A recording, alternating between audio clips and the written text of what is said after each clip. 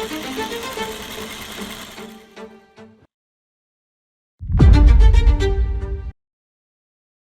hi guys, good afternoon. My name is Nitish Bharti and today I am standing in front of you as a sand artist. But this was not my identity. What you see today, I was absolutely not like this. The way I have born, it was terrible. It was something what I have been through the entire journey and what I'm standing today in front of you as a sand artist. I have to go through a lot of fight, a lot of pain, a lot of struggle, grain by grain, just like sand. It was something I have to fight for, shape and earn grain by grain. Today I want to tell you about my story. So इस कहानी की शुरुआत होती है 20 साल पहले जब मैं स्नैक्स बेचता था. एब्सोल्युटली राइट, जो आपने सुना सही सुना. सो हमारी माता जी स्नैक्स बनाती थी एंड डोर टू डोर जाके मैं उस चीज़ों को, उस स्नैक्स के पैकेट्स को जाके बेचता था. वहाँ से शुरू हुई मेरी identity as a struggler, something that I have to earn just to feel my stomach and my family of course. उसके बाद कहानी थोड़ी आगे बढ़ती है. स्ट्रगल पेन हमेशा हमको कहीं एक दिशा में लेके जाता है. तो मेरी अगली दिशा थी एक क्लासरूम में. I became a maths professor, a mathematician. उसकी शुरुआत हुई एक छोटे से बच्चे को कोई मैथ्स का प्रॉब्लम नहीं आ रहा था. आई वेंट और मैंने बताया कि ऐसे सिखाना है. तो जो मैथ्स के प्रोफेसर थे उन्होंने पूछा कि ये तो तुम्हें आना इम्पॉसिबल है, किसने सिखाया? तो उन्होंने मेरी तरफ इशारा किया और फिर वहाँ से मेरी जर्नी शुरू हो गई as a mathematician, as a teacher. फिर उसके बाद जो स्टोरी हुई बहुत इंटरेस्टिंग थी बिकॉज अंदर से कहीं ना कहीं मुझे ऐसे लग रहा था that I am an artist, I have to do something in art field, something which my soul wants to speak about. और फिर धीरे धीरे करते मेरी जिंदगी में सैंड आई. पहले तो एक सनमाइक का बोर्ड लेके उसके ऊपर I started performing, started understanding कि सैंड आर्ट कैसे किया जाता है. करते करते सीखते सीखते एक ऐसा काम, एक ऐसी चीज़, एक ऐसा टर्निंग पॉइंट मेरी ज़िंदगी में आया जिसने सब कुछ बदल दिया. एक mathematician but something which connected to the art. जो आपकी आत्मा है, आपकी रूह है, वो कला की तरफ झुकी हुई है. और उस रूह की आवाज़ को सुनते हुए जब मैंने सैंड आर्ट में थोड़ी और चीज़ें कोशिश की, थोड़ा सा पुश किया, तब मिस्टर भंसाली जी की टीम ने हमें अप्रोच किया और संजय लीला भंसाली का production logo is something was my first commission work. It was a time when the entire world saw me, saw my hands, saw my creativity. So जब ये काम हो रहा था तब मुझे डेफिनेटली लगा था कि ये बस मुझे मॉक शूट के लिए बुला रहे, कोई बहुत बड़ा प्रोफेशनल सैंड आर्टिस्ट आके इस चीज़ को करेगा. Ileana Iha was the name from Spain.